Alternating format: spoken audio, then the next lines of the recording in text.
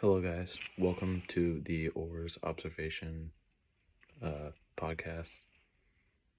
I just decided that sometimes writing takes too long and it can be a little too formal, and I'm a little bit of a ranter and my fingers get tired. So, this is the official spoken word, a little more informal, you know. Take none of this as cold hard fact because it is a mixture of a lot of opinion and other people's opinions, and yeah, you'll see. But it's all just one possibility in a very confusing and complicated world. So, the first thing I've decided to talk about is this opportunity that I have seen Robert F. Kennedy Jr. recently have. And he first got put on my radar as a 18-year-old, at the time 17-year-old, at the time junior in high school. So, I don't have a lot of historical knowledge. I haven't really read any of his books or anything, but he got put on to my radar via the Joe Rogan podcast when he went on probably under a year ago, I want to say. I think it was over the summer. And I listened to it, and once I got over his, voice, his scratchy voice, I kind of started to really wonder about some stuff. It was, to be honest, one of the first times I'd ever been put on to any sort of conspiracy theory stuff, typical like vaccines. I think he talked about 5G on there, I want to say. What was it? The pesticide. I don't know it off the top of my head, but it was a pesticide that's getting sprayed on stuff. And that was one of the first times I'd ever seen a conspiracy theory, things that associated with that kind of stuff, like, put out in a relatively, like, legit way. So this was at the beginning of my,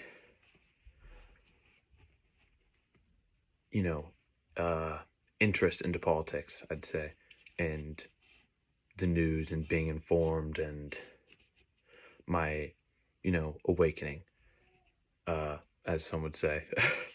But I started to, track him pretty seriously, and, before I really started to, like, look into some more libertarian people, or there was a time when I was kind of getting behind Vivek Ramaswamy for a minute, because I felt like, obviously Trump is in a very suspect position right now with his unknown availability for the 2024 election. And this is where, I'll get back to this in a second, because I'm a rambler and this is why I'm doing this podcast and not just writing this, because this would take me a very long time to write, but it will take me one try on this podcast. So that's what I'm excited for, and that's what you should be excited for as well, if you will ever listen to this or anything else I ever say again. Because I'm a kid, and what do I know anyway? Anyway, before I get lost, basically, I liked him. This is getting back to RFK. Ignore Vivek. Vivek does not have that steam anymore. He dropped out of the race, obviously. He is out. And for me, it's been down between RFK and the libertarian, probably Michael Reichenwald, from what I understand. So, it's kind of been up in the air. I bought when over months ago, I bought a Kennedy hat because I wanted to like support in a way that like I could, because I don't have like a lot of money to like spend on stuff as a kid, and it's like, I don't know, I didn't really want to, so I wanted to get something in return, you know, because I wanted to kind of spread the message a little bit. So I got, I don't know if you can see it, that one right there, which if you're listening to this in audio, you can't see it, but I have it. It's real. But it came really late. Like, I ordered that thing and it did not come for months. I didn't think I was going to get it. So I was low-key like, damn, he really just like fucked me over. He didn't even give me my hat. He just took my money. So I was like, fuck that. And then, you know, I heard his whole Israel take, but I didn't really, you know, I heard it was bad. I knew, you know, he's supporting a genocide. He's supporting, like, you know, and it's not that he should be like, he should just be anti-war, you know? At least don't fund that, you know? Just let them do their own thing. Just don't make it easier for them to do it, you know, type shit. But he went on Dave Smith, and it was kind of a disaster for him.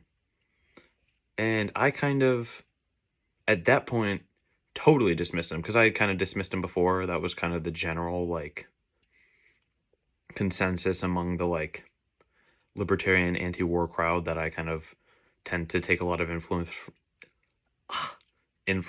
from.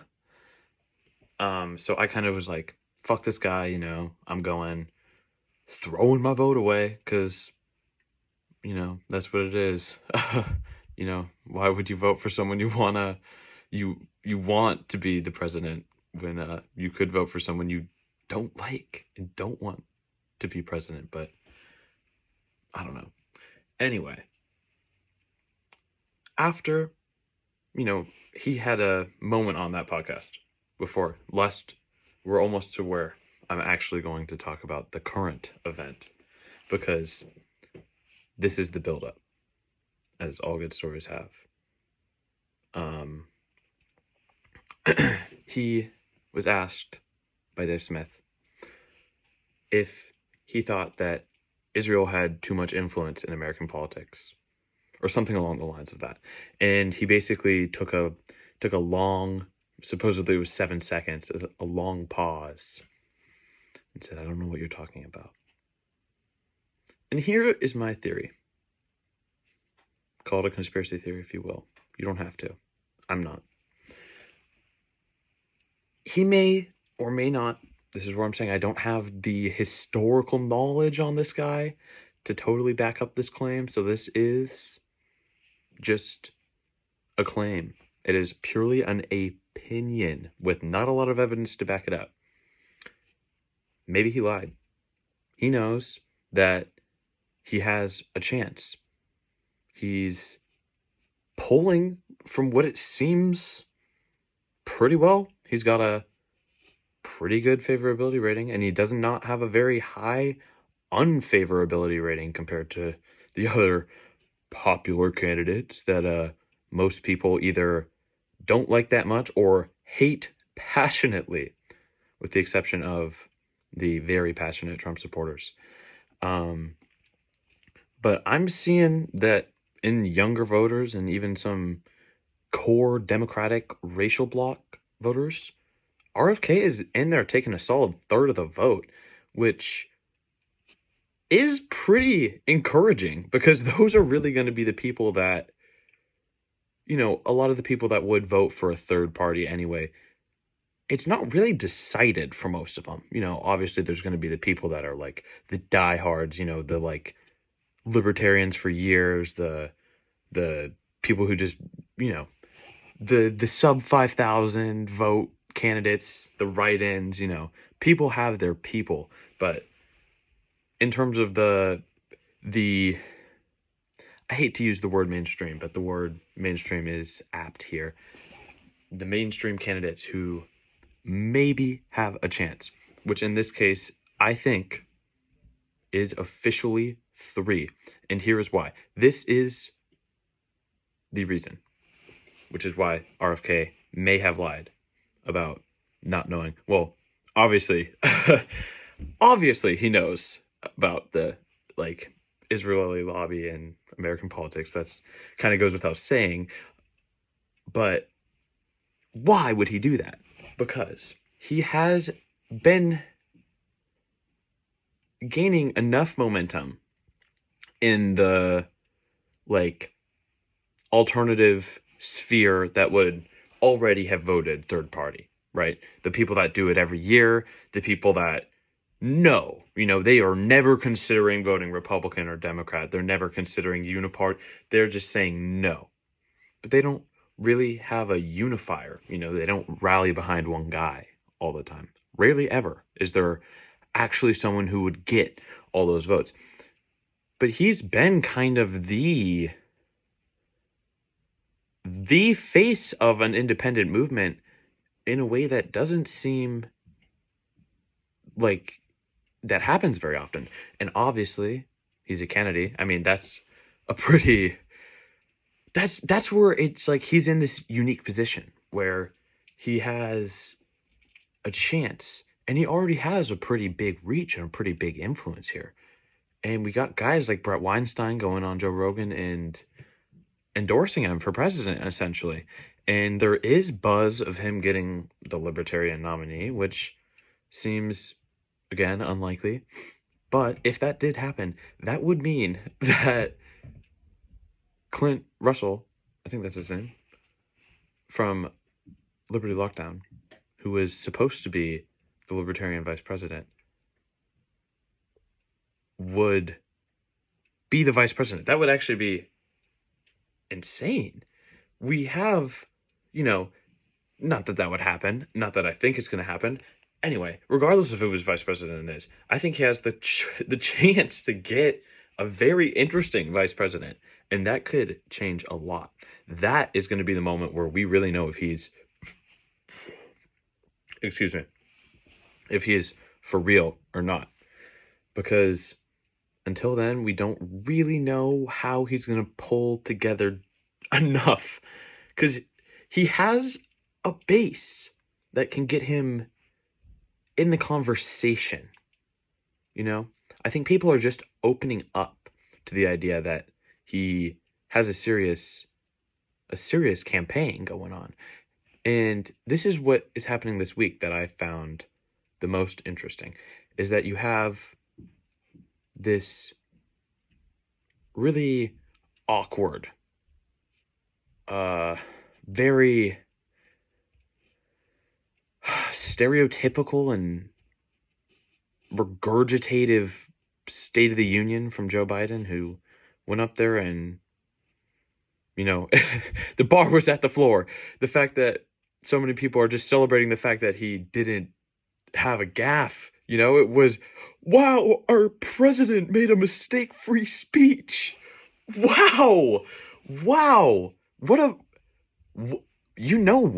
in a culturally degraded society when that is the bar for our leader, that he didn't have dementia. I mean, come on. The fact that we're even debating that is one of the strangest things that I've ever seen, to be totally honest. I mean, I've seen videos from Italy, these like SNL type skits mocking Joe Biden. He's just falling over. And the same thing was happening with Trump. Don't forget that, the whole world was mocking us with that guy as our leader as well. Rightfully so. He, as hopefully many of you know, didn't really do much, had some very questionable staff members, and, he did make the COVID vaccine, and he did kind of was the president during a lot of that really fucked up stuff that we are very mad about today. So this is where Robert F. Kennedy has the biggest chance I've seen him have so far. After this State of the Union, Donald Trump tweets a pro-vaccine, he didn't tweet, he truthed on Truth Social, a Truth post bragging about the vaccines. The vaccines that a lot of his voters are really upset about. You know, that's a big thing for his base. That has got to be one of the biggest, you know, most popular issues among a lot of people. You know, that is one of the first things that I kind of looked into and got really like, wow, this is, you know, it's definitely one of the things I judge, you know, other people about based on their response to that question. How do they feel about the way the pandemic was handled, the COVID vaccines, etc., stuff like that. That kind of guides me to how I'm going to address you as a person going forward. And Donald Trump just kind of made a big blunder here. He continues to endorse this vaccine that he should know people are really upset with. And who is the best candidate on the COVID vaccine issue in the whole race? Robert F. Kennedy. Who is the other candidate who is a conspiracy theorist? You know, this guy who's calling out the establishment, the deep state, whose father and uncle could have been, probably were, killed by the deep state. You know, we have this guy who is not getting Secret Service protection despite Biden, I saw the other day, like, was talking about how he admired this guy, Robert F. Kennedy. But he won't give him Secret Service protection. And he wanted to give Nikki Haley Secret Service protection. Nikki Haley, who's been losing every single primary. She won Vermont, though. Wow. I am pretty sure I saw some questionable voter reporting in Vermont, where she won the Republican primary, which is irrelevant. So, you know, I'm not going to sit here and scream about it, but very strange indeed. Anyway, RFK has a position to take a lot of these voters who would have voted for Trump that are now realizing that he isn't the guy he wants to be. You know, this is a pretty major issue that he just took a very bad stance on. So, on my X timeline this whole week, I've been seeing a lot of Robert F. Kennedy, you know, hype up all over my feed. And I honestly kind of respect it. I've been a little bit behind it. And I've seriously considered swallowing his Israel take and pushing him through, because I think he is the only hope. And his State of the Union was inspiring.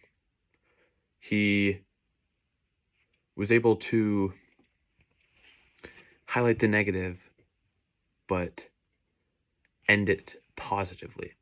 And I think that's the kind of leader we need. We don't need to be divided anymore, because nothing gets done when we're divided. And if we want to seriously keep this massive, huge country under one government running the same way, which who really likes that anymore? Seriously, we're all so divided. This is another interesting thing I've been seeing this week. A lot of people have been talking about this with the State of the Union, and a lot of them are questioning the integrity of that union. Will they stay united? And it's a serious concern. I mean, when you look back at the Texas border, there was serious talk of a civil war. I mean, at least the threats with, oh, what if Biden really did follow through? And, you know, I think a lot of us, at least me, I was kind of reading that and I was taking it seriously, but I kind of knew that would be an extreme escalation, and it would have surprised me if it actually did happen. And while RFK would still surprise me if he actually won, I have been saying, I just looked up RFK, you know, polls. Here we go. We got something from The Guardian earlier, I saw. I don't know where it went now. But, oh, here we go. Forbes. RFK could hurt Biden more than Trump. And this is interesting because this is what I was just talking about with a lot of Trump voters now maybe switching over to RFK. Taking a lot of votes from Biden is also this is where he really fucks up with his Israel stance, because so many Joe Biden supporters are enraged at what's happening in Gaza, rightfully so. So why would this guy who wants to take these voters and needs to take these voters, is the politically correct move for him to really take the stance he took? Because he could have taken so many voters away from Joe Biden, and it looks like he still could. And that's very interesting, because I honestly consider him to be a more right-wing candidate on the spectrum of things. At least when I put on my liberal goggles, I see him that way, you know? I feel like a typical liberal would disagree with him a lot more than a typical MAGA, you know? So I think that's very interesting.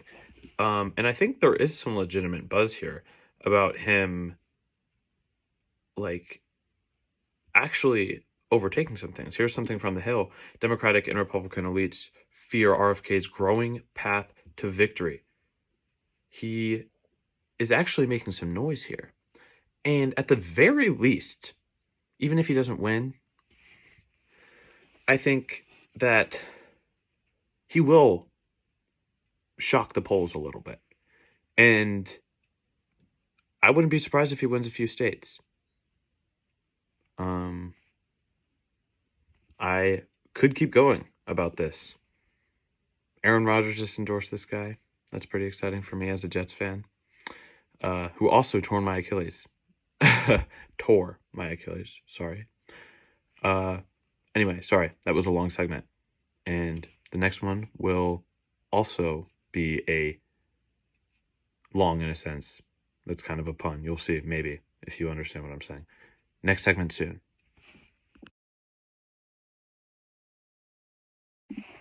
All right, here is the next thing I'm going to talk about today. And this is relating to why I think RFK might actually be taking more votes away from Biden than he is from Trump. So, setting the stage for this next piece. The other day, I was writing for my school newspaper, and there was someone who wanted to write a pro-con Biden age piece. And in his Biden age piece, which I just happened to read because I saw the title, Biden is a spry young guy, and I was like, let's see what this paper I'm writing for is talking about. So I go in there, and the first paragraph is basically, I think it's mostly about Trump. I'm not going to read any of it as quote, but mostly about Trump. And then also says that Trump told people to drink bleach, which I don't know if you guys know about that incident or not, but from my understanding of it, he was talking about asking a question about some sort of study done with bleach and isopropyl alcohol on killing the coronavirus. And he was also maybe confused about the saline solution nasal rinse that people were recommended for after they thought they may have been exposed out in the world, to rinse your nose out, get all the virus particles out of your nose. Anyway, he said no one wrote the Biden age con piece, and I was like, oh my gosh, I'll write the Biden age con piece. So I took this up. I just sat there, wrote it in the class period, which was about an hour and a half. At 81 years old, Joe Biden is the oldest president in United States history. A recent poll shows 73% of registered voters believe that Biden is too old to be effective as president. Joe Biden called Donald Trump the sitting president in a recent speech. In Biden's State of the Union address, he called Laken Riley, a University of Georgia nursing student whose skull was bashed in by an illegal immigrant, Lincoln Riley. This is not the first time that Biden has forgotten or messed up names. In too long a list, some include confusing President Macron with François Mitterrand, who died in 1996, calling the president of Egypt the president of Mexico, forgetting the name of Hamas, thinking Ukraine is Gaza, and countless other gaffes. Biden's age is the only thing that Democrats need to worry about. How does a man who does not know that he is president run the country? A Department of Justice Special Counsel report from 2024 described Biden as a sympathetic, well-meaning elderly man with a poor memory. The same report recommended not to prosecute Joe Biden on charges for retaining classified documents from his time as vice president because it is, quote, a serious felony that requires a mental state of willfulness, end quote.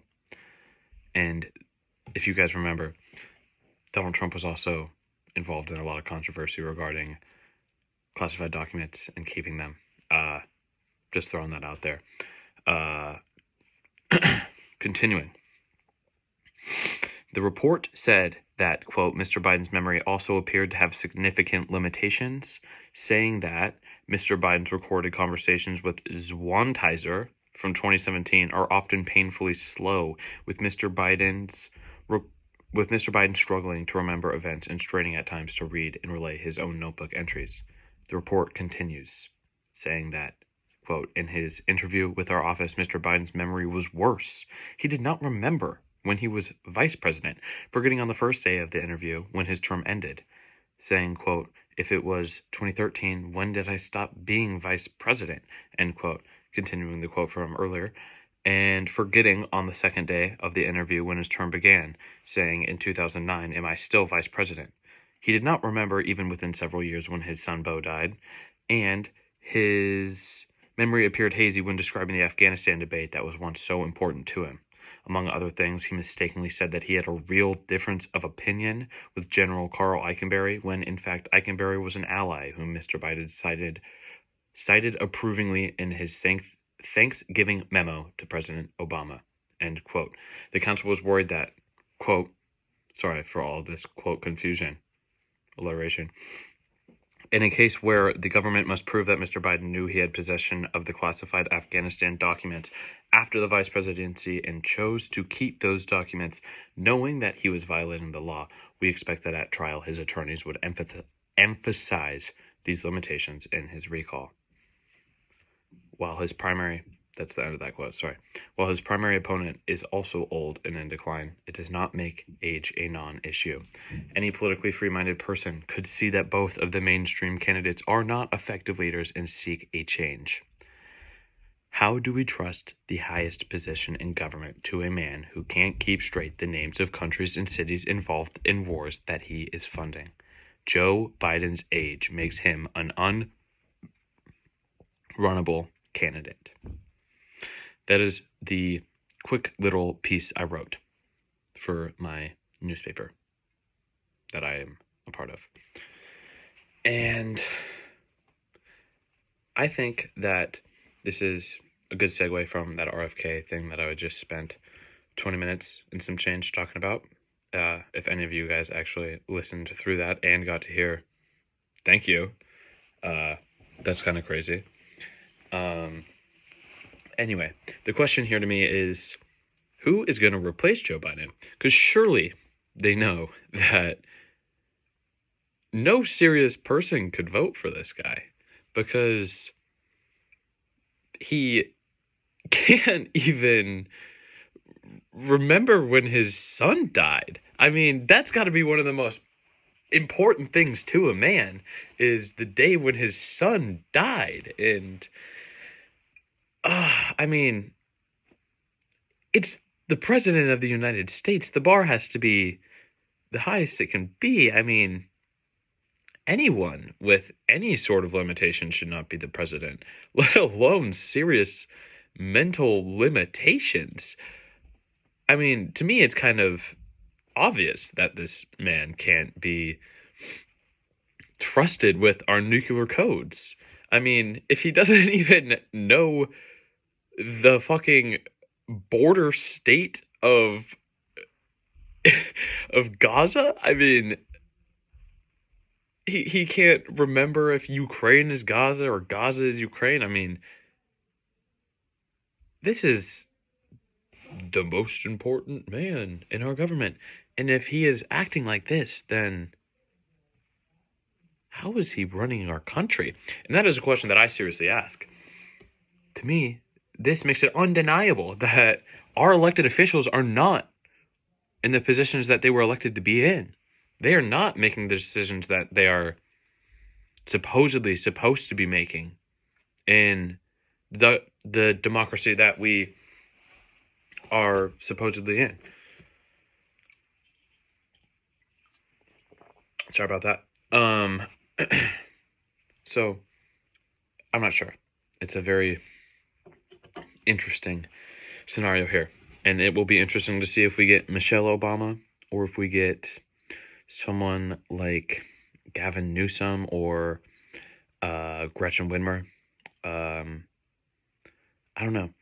I I mean, I think that Michelle Obama would get a lot of I think she would be more favorable, but I don't know if she would get more votes overall than Joe Biden. I think the people that My phone ran out of storage, so I had to fix that up. But what I was saying, I don't know if she would get more votes than Joe Biden would, because the people that are voting for Joe Biden don't really like him. They're just voting for him because they don't like Trump. So I think they would be more happy to vote for Michelle Obama, but I don't know if more people would vote for her. So the real question is, would Gavin Newsom get more votes either? I don't think so. I don't think that he is necessarily pushing the needle forward. I think the Democrats are in this weird position where, especially with this whole legal immigration issue, they're losing a lot of their essential support from minority groups around the country that feel abandoned by them. And, that's where a lot of these votes are going to go to RFK. And I think the Democrats' handling of Biden's age has kind of already made some people question whether or not, the Democrats are as, trustworthy or noble as some people once thought. And that's interesting.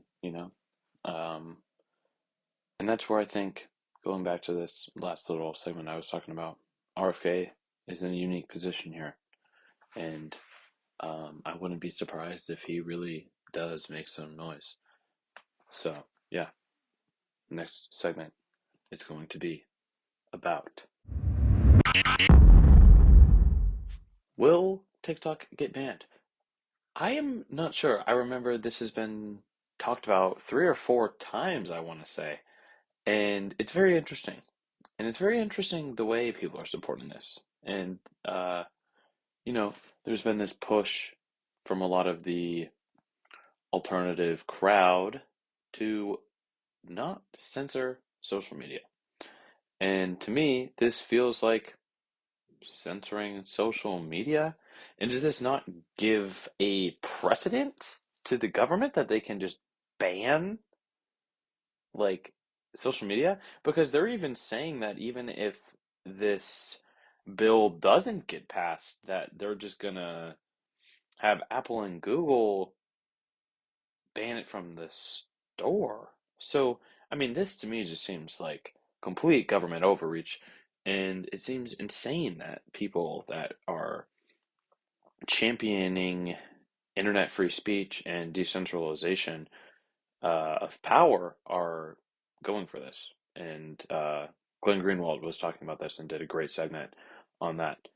Um, which is part of what made me want to talk about this. He also was talking about, I believe it was him, um, about the whether, or not TikTok actually has any connection to the CCP at all.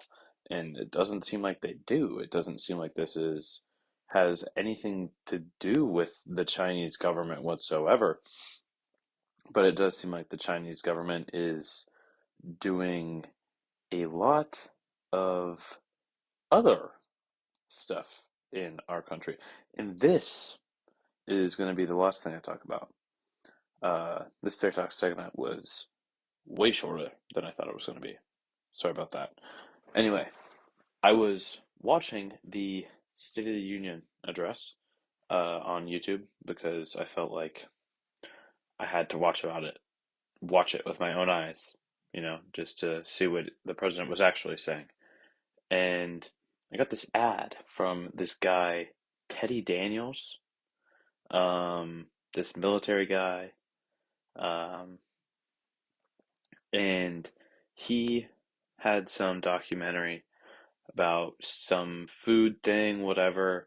And, I was thinking, I was like, maybe, what are the odds? What are the odds that this popped up on my feed? So I clicked it and I watched it. I honestly don't think I even finished it because I had to go to lacrosse practice, even though I'm injured. I still had to go and attend that day, so I did. Um, but he was talking about the way that the Chinese government is buying farmland, a lot of farmland all around the country. And they are buying it really dangerously close to U.S. critical infrastructure.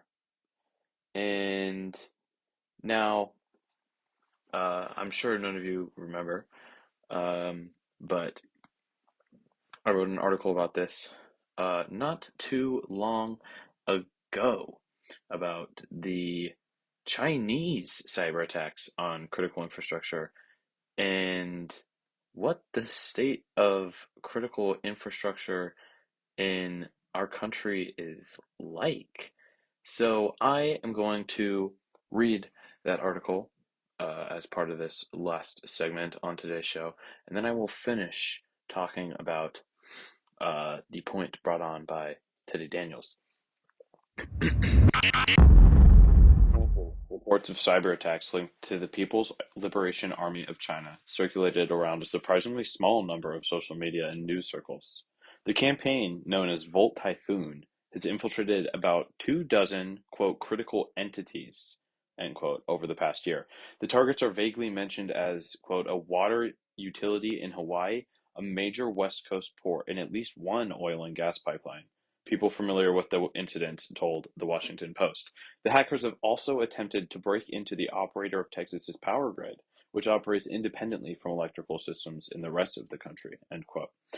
Volt Typhoon targeted other small entities, but Eric Goldstein, the Cybersecurity and Infrastructure Security Agency's Executive Assistant Director, long title, told the Washington Post that they are not, quote, necessarily those that would have an immediate relevant connection to a critical function upon which many Americans depend, end quote. The Post also shared reports that hackers have been detected by Microsoft infiltrating multiple infrastructure sectors in Guam. The attacks are not thought to be espionage, but intend to put China in a position to disrupt critical infrastructure if a conflict might occur between the US and China, eventually over Taiwan. Joe McReynolds, a Chinese security expert at the Jamestown Foundation, explains the attacks to the Post as trying to build tunnels into your enemy's infrastructure that you can later use to attack. Until then, you lie in and wait, carry out reconnaissance, figure out if you can move into the industrial control systems or more critical companies or targets upstream. And one day, if you get the order from high on, you switch from reconnaissance to attack. The attacks in Guam and Hawaii make its relation to a potential invasion of Taiwan clear. Lee Steinauer, the author of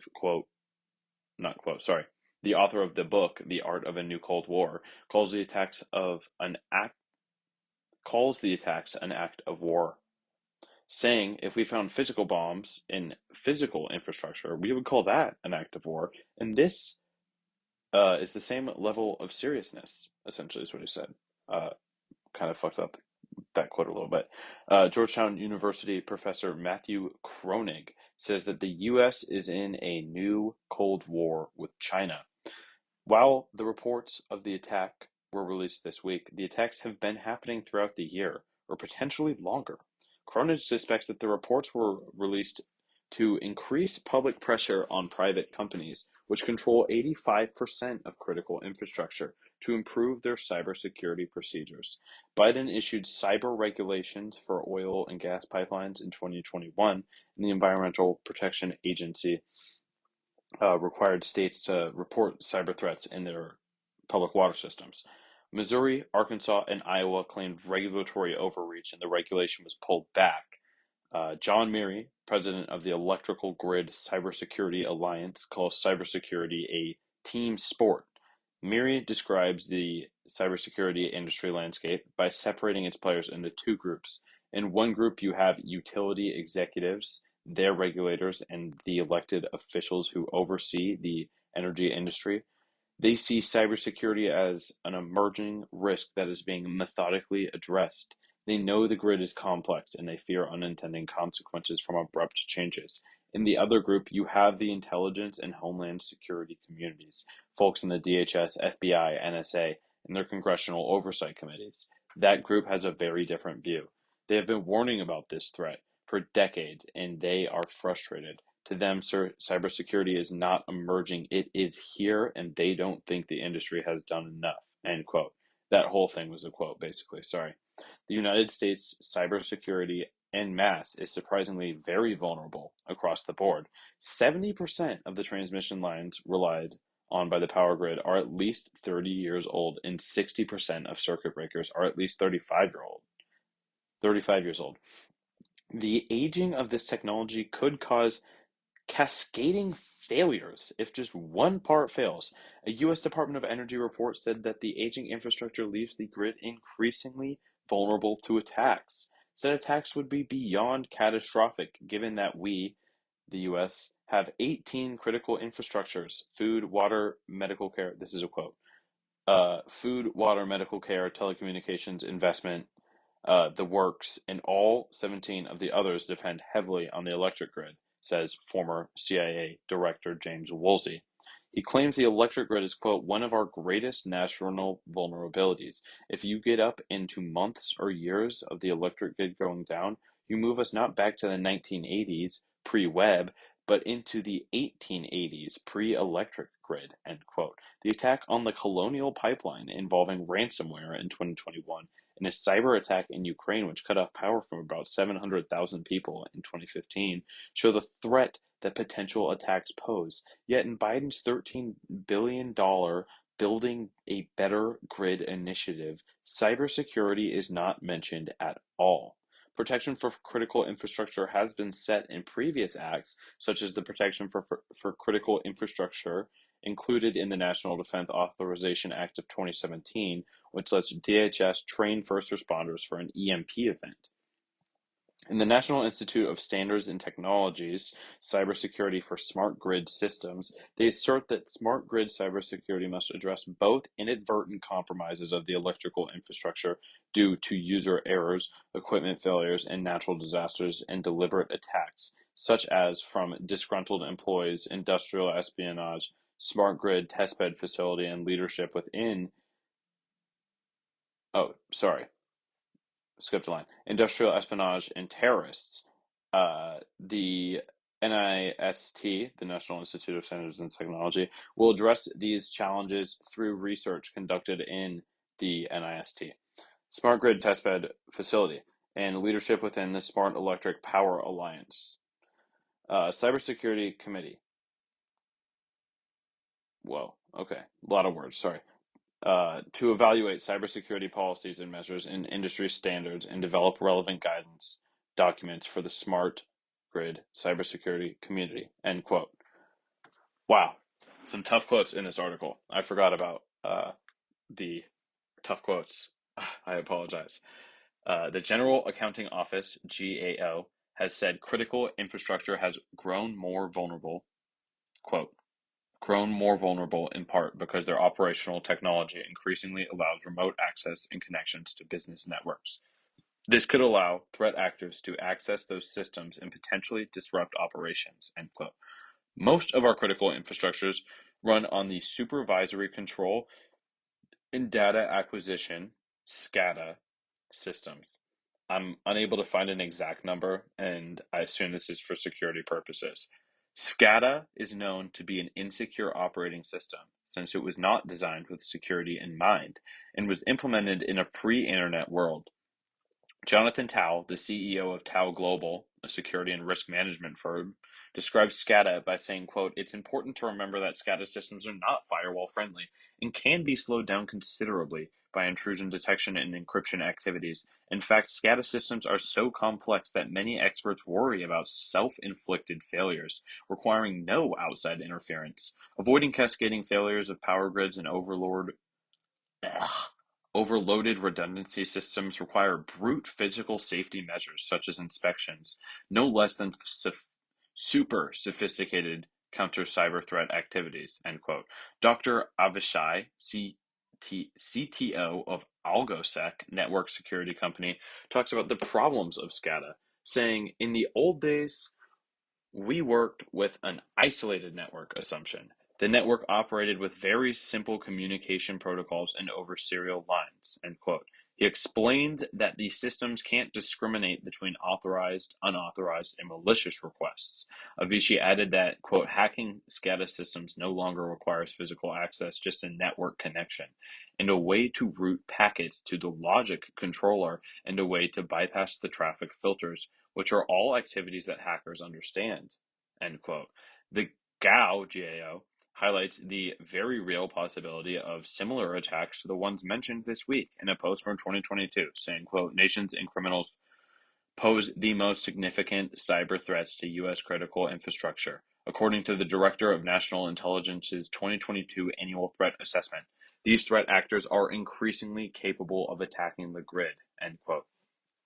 The use of cheap, widely available, and easily hackable industrial control systems is quite common, giving easy points of entry to cyber attackers. The consumer Internet of Things devices connected to the grid's network allow hackers to use common objects such as a thermostat or any other device connected to the grid as an entry point for a larger attack.